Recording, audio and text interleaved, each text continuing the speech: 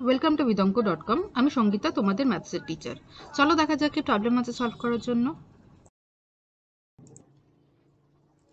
একটি গাছের উচ্চতা প্রতি বছর 20% হারে বৃদ্ধি পায়। গাছটির বর্তমান উচ্চতা 28.8 মিটার হলে 2 বছর আগে গাছটির উচ্চতা কত ছিল তা নির্ণয় করি। ঠিক আছে, তাহলে গাছের উচ্চতা প্রত্যেক বছর বৃদ্ধি পাচ্ছে। তাহলে আমরা বৃদ্ধির ফর্মুলা লিখি, a is equal to p into 1 plus r by 100 whole to the power n। ঠিক আছে, যেখানে a হচ্ছে গাছটির বর্তমান উচ্চতা, ঠিক আছে, p হচ্ছে 2 বছর আগের উচ্চতা, ঠিক আছে। আচ্ছা, এবারে r হচ্ছে বৃদ্ধির হার, ঠিক আছে, আর n হচ্ছে সময়। আচ্ছা, এবারে দেখো কি কি ডেটা দেওয়া আছে। বর্তমান উচ্চতা দেওয়া আছে 28.8 মিটার, ঠিক আছে। 2 বছর আগের উচ্চতা জানা নেই, এটা আমাদের নির্ণয় করতে হবে। বৃদ্ধির হার আছে 20%, আর সময় আছে 2 বছর। ওকে, তাহলে সমস্ত ডেটা এখানে বসিয়ে দিই। 28.8 is equal to p into 1 plus 20/100 whole square. তাহলে এটা কাটলাম, 5 হলো।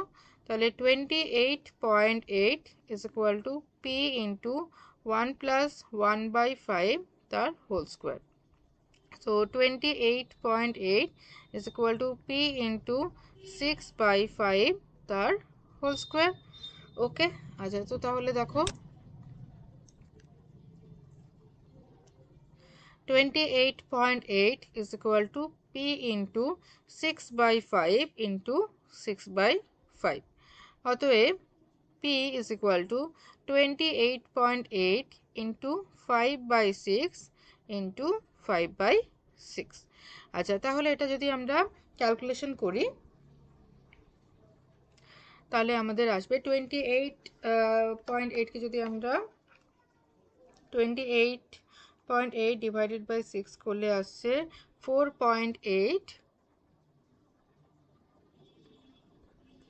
আর 4.8 কে যদি আমরা ভাগ করি তাহলে আসছে 0.8, 0.8, ঠিক আছে। তাহলে 0.8 ইন্টু 5/5 করলে হবে, ঠিক আছে। তো 0.8 ইন্টু 25 করলে আসছে এটা 20, তাহলে পি আসছে 20 মিটার।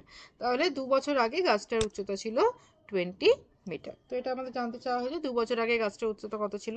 তাহলে 2 বছর আগে গাছটির উচ্চতা ছিল 20 metre. So this is our answer.